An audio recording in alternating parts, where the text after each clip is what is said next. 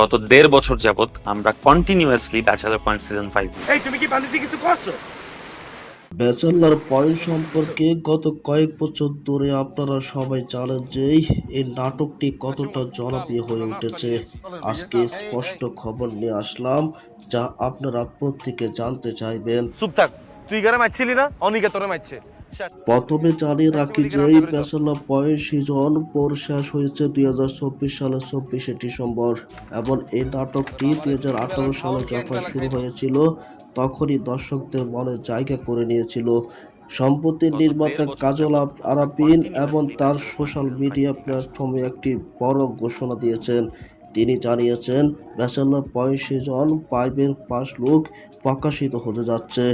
তিনি ফেসবুকে একটি পোস্টে উল্লেখ করেছেন আগামীকাল বিকালে 5টায় আসছে ব্যাচেলর পয়েন্ট সিজনে 5 এর ফার্স্ট লুক। এই ঘোষণা দর্শক মহলের মধ্যে আবারও উত্তেজনা তৈরি হয়েছে। আমরা সবাই অপেক্ষা করেছি যে কিভাবে নতুন সিজনে গল্পে মোড় বদলাবে।